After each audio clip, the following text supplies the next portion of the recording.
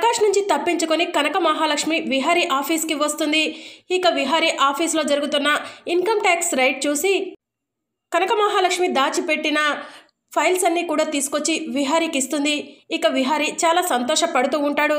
కనక Mahalakshmi shoulders పట్టుకొని thank you so much Lakshmi, నీకు ఎన్ని కృతజ్ఞతలు చెప్పినా తక్కువే లక్ష్మి అని చెప్పి విహారీ చేతులెత్తి కనక మహాలక్ష్మికి నమస్కారం చేస్తూ ఉంటాడు. ఇక అక్కడే అంబిక అలాగే మదన్ కూడా ఉంటారు. మదన్ కనక మహాలక్ష్మిని అలానే చూస్తూ ఉంటాడు.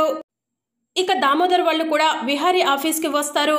మాకు గవర్నమెంట్ ప్రాజెక్టులు ఇప్పిస్తామని, పెద్ద పెద్ద కాంట్రాక్టులు ఇప్పిస్తామని ఈ అంబిక గారు మా దగ్గర ₹1,00,00,000 నొక్కేశారు అని దామోదర్ విహారీకి చెప్తూ ఉంటే విహారీ కోపంగా అంబిక వైపు చూస్తూ ఉంటాడు. అంబిక టెన్షన్ పడుతూ ఉంటుంది. మీలాంటి మంచి మనుషులు ఉండే కంపెనీలోకి ఇలాంటి వాళ్ళను ఎందుకు రాణిస్తారో నాకు అర్థం కావట్లేదు సార్ అని దామోదర్ విహారీకి చెప్తూ ఉంటారు. ఇక విహారీ ఆడిటర్ గారు ఇలా రండి అని చెప్పి పిలుస్తూ ఉంటాడు. ఆడిటర్ విహారీ దగ్గరకు రాగానే ఈ దామోదర్ చెప్పేది నిజమేనా అని చెప్పి ఆడిటర్ని విహారీ అడుగుతూ ఉంటాడు.